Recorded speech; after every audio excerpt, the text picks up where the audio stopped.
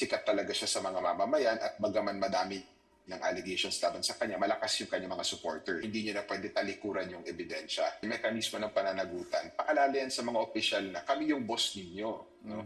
Pero kung hindi natin gagamitin yung mga proseso na iyon, then pahahayaan natin itong sitwasyon na parang hindi nagfa-function yung pamahalaan.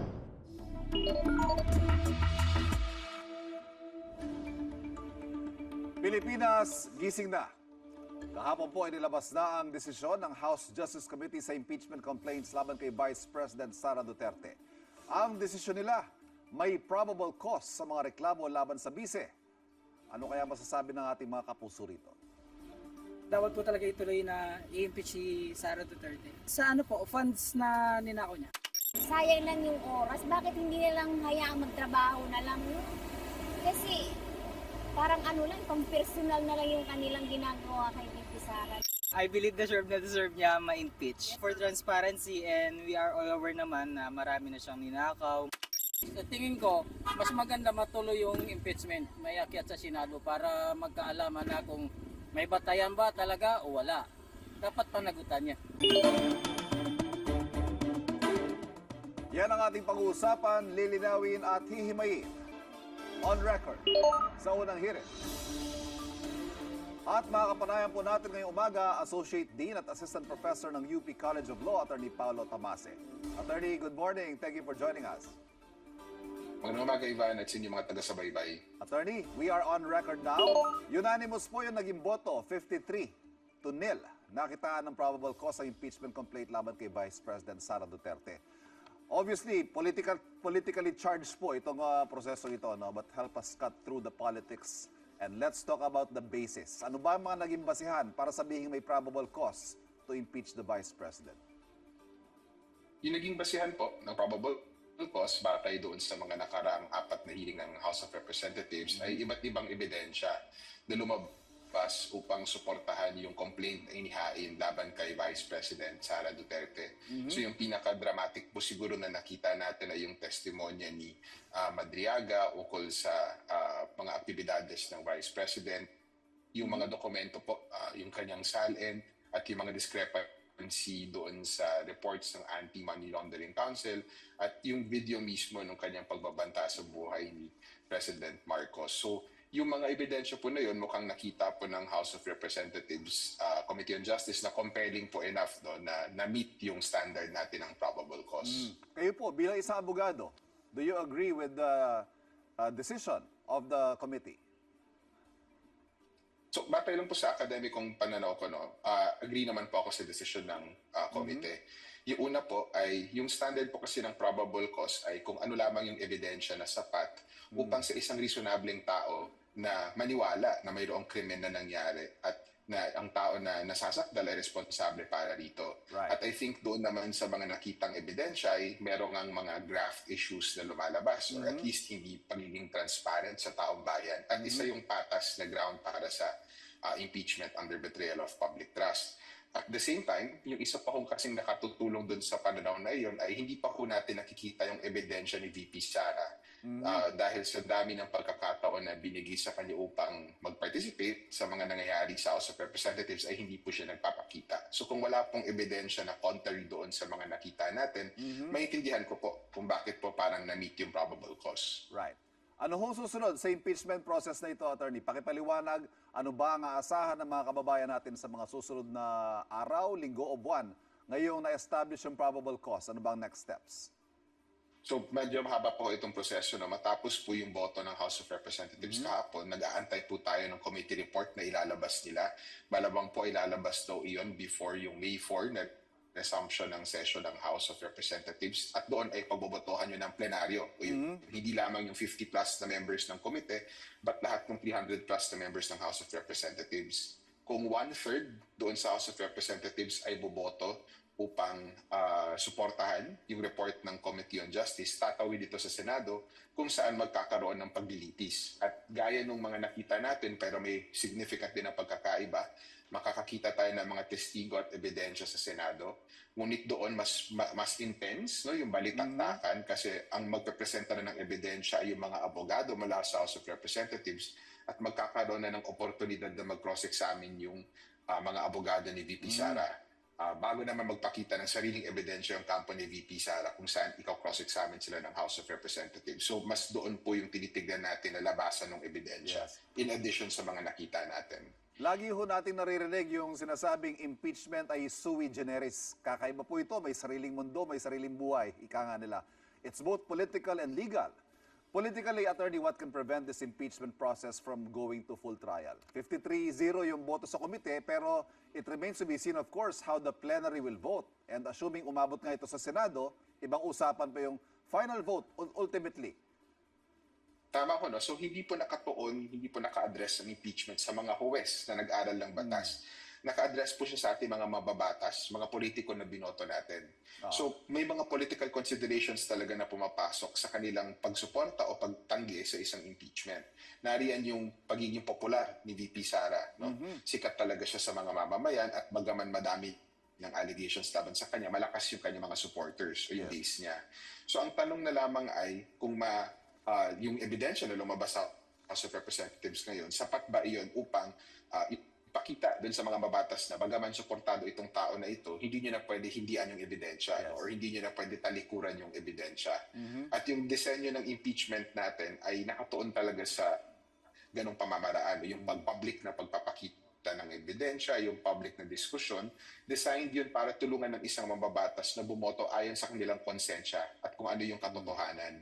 Hindi ultimately dun sa kanilang political na consideration. Kasi nga kung nariyan yung ebidensya sa harap nila, no, masasabi ba talaga na hindi totoo yung mga paraatang?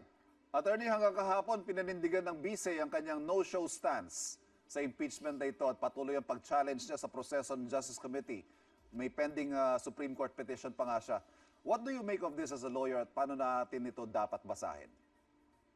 So una po ay patas naman yung strategiya ni Vice President Duterte, patas yung strategiya ng kanyang mga abogado na umakyat sa Korte Suprema dahil nga sa mga nakaraang taon, lalo na since 2025, parang nakikita naman natin na yung Korte Suprema ay hindi naman nahihiya or parang does not shy away from yung participating dito sa impeachment na ito. So pumasok sila doon sa nakaraang impeachment laban kay Vice President. So lehitimong strategiya yun kung ako yung abogado. Ngunit siguro kailangan alalahanin ni Vice President yung sabi mo, Ivan, no? Sui generis ang impeachment. Hindi siya legal na proseso lamang, political siya. At ultimately, yung mamamayan, magdedesisyon yan. No? Yung ginagamit ba yung batas o yung mga legal na proseso upang iwasan yung katotohanan? Ginagamit ba yung kalakasan ng kanyang legal team upang iwasan na sagutin yung mga seryoso naman na tanong ukol sa kanyang fitness na magpatuloy sa pwesto?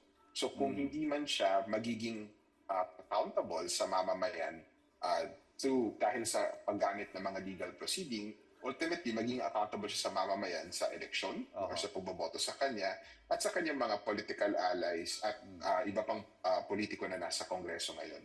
Attorney, issues were raised on the Justice Committee's overreach na yung ginawa daw nila mini-trial na at labas na sa kanilang mandato. Nandun din yung alegasyon ng pagmamadali. Minadali daw at may 2 committee members nga kahapon na humirit ng isa pang hearing day sana para mabigyan daw ng pagkakataon ng bising sumagot. Generally, ano naman ang masasabi ninyo sa pag-handle ng House Justice Committee sa naging mga hearing? Was there haste? Did it adhere to the constitutional design sa kanilang mandato? Actually, sa usapan po ng mga constitutionalists, ay para ang tagal na po ng proseso. No? Nakailang hearings po tayo, ilang linggo na po ito. At grabe po yung pag-iingat ng House of Representatives, dinilimitahan yung mga tanong. So siguro, on a first quick point lang, mukhang nag-ingat po yung House of Representatives na sumunod talaga sila doon sa proseso. Pero pangalawa, at siguro mas mahalaga, sa sariling batas natin, ang may kapangyarihan na mag-define ng sarili niyang proseso ay yung House of Representatives. Explicit po yun sa ating sariling batas na ang House of Representatives ay maglalabas ng rules of procedure nila para sa impeachment. At malaki yung paggalang na binibigay ng ibang sangay ng pamahalaan doon sa disenyo ng House of Representatives. So sumunod naman po doon sa kanilang proseso, ilang beses po nabigyan ng pagkakataon si VP Sara na magpakita. So sa basa ko po, mukhang hindi naman po nag-depart from yung constitutional design, yung ginawa ng House of Representatives. Attorney, yung BIR box, how significant is this? And should it have been open sa tingin ninyo? So, mahalaga siya na ebidensya, I think, no? Yung importansya ng BIR tax returns ay mababangga kasi yun doon sa iba pang dokumento na lumabas na yung SALN nga at yung discrepancy doon sa sweldo ng Vice President, nare-report ba yung income na iyon sa tax returns? Kasi kung hindi siya nare-report, bukod sa tax evasion, is siyang indikasyon na baka hindi legal yung source ng income. Yes. So mahalaga sana siya makita. Ngunit, naintindihan ko rin na ayaw naman ng House of Representatives na kung bubuksan nila yung kahon na iyon, ay aakyat tayo lahat sa Korte Suprema. So kung nasatisfy naman na yung probable cause, baka mas mabuti, mas prudent, na sa Senado na natin tignan yung sa trial kahon na iyon. Ito na naman tayo, attorney, sa interpretation ng word na forthwith. Kahapon po naglabas ang Supreme Court ng clarification sa ibig sabihin nito, dapat within reasonable time lang daw. Help us understand what the Supreme Court is trying to do at ano ba ang significance itong resolusyong ito.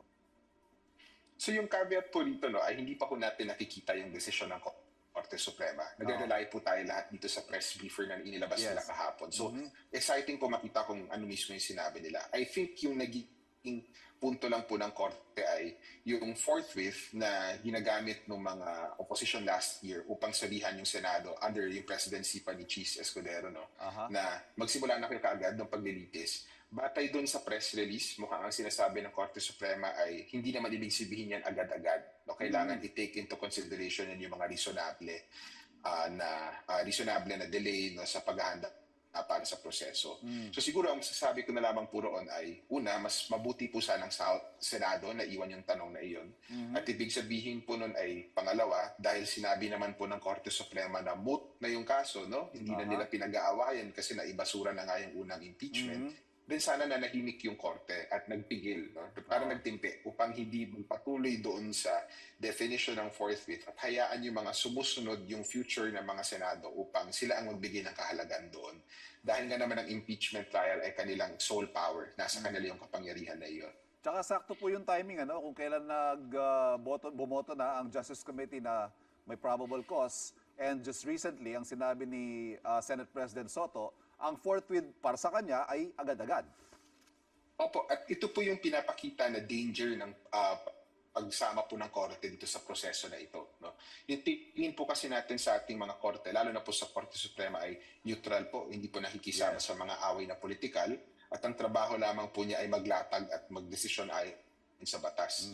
Ngunit dito sa mga political na aktibidades na ito gaya ng impeachment, hindi po malinaw yung linya between politics at law. No? Malaki po yung overlap nila. Yes. And iniiwasan po natin yung pagkakataon na yung Korte ay nahahalo sa politika kasi yung long-term effect po niya, hindi naman po sa kasalukuyan necessarily, no? But yung long-term effect niya, ay bumababa yung respeto natin para doon sa Korte. Kasi nakikita natin siya na parang political player na lang. Yes. So, medyo unusual po I think yung ruling kahapon in the sense na kung nag-ingat po yung Korte or nagtimpi na moot po yung kaso, pwede po kasing tapos na roon eh. Pero mukhang yung timing po, no, hindi po natin mapipigilan yung mamamayan kung questionin yung timing na iyon. Yes. Professor, ang impeachment process ay isang accountability mechanism sa ating konstitusyon. Marami tayong mga problema, obviously, marami sa mga kababayan natin iniisip, politika lang to o personal na away na lang nila to. Pero let's go to the bottom line. Why should the Filipino people care about this impeachment? Hindi po tayo magkakaroon ng mabubuting pinuno kung hindi po natin sila pananagutin sa kanilang mga ginagawa sa pwesto. Siguro po ang reklamo natin sa gobyerno ay sa laki ng krisis, for example, na dulot ng gera sa Middle East at sa dami ng krisis na mga naiharap natin sa nakaraang taon, para bang yung gobyerno walang pakialam o hindi responsive. Pero nagagaling po kasi yan doon sa sistema natin ngayon na parang hindi na natin pinananagot yung mga opisyal natin. Kahit anong gawin nila na kalokohan sa gobyerno, no, para lang maging diretsyon na, parang nananampalataya pa rin tayo sa kanila. So yung mga sistema ng pananagutan, yung mekanismo ng pananagutan, paalala yan sa mga opisyal na kami yung boss ninyo. No? Pero kung hindi natin gagamitin yung mga proseso na iyon, then mahahayaan natin itong sitwasyon na parang hindi nagfa-function yung pamahalaan. Very well said. Attorney Paulo Tomasen ng UP College of Law, maraming salamat po sa inyo. Magandang umaga din po. Maraming salamat. Ang mga isyong pinag-uusapan, lilinawin at hihimayin natin on record sa unang hirit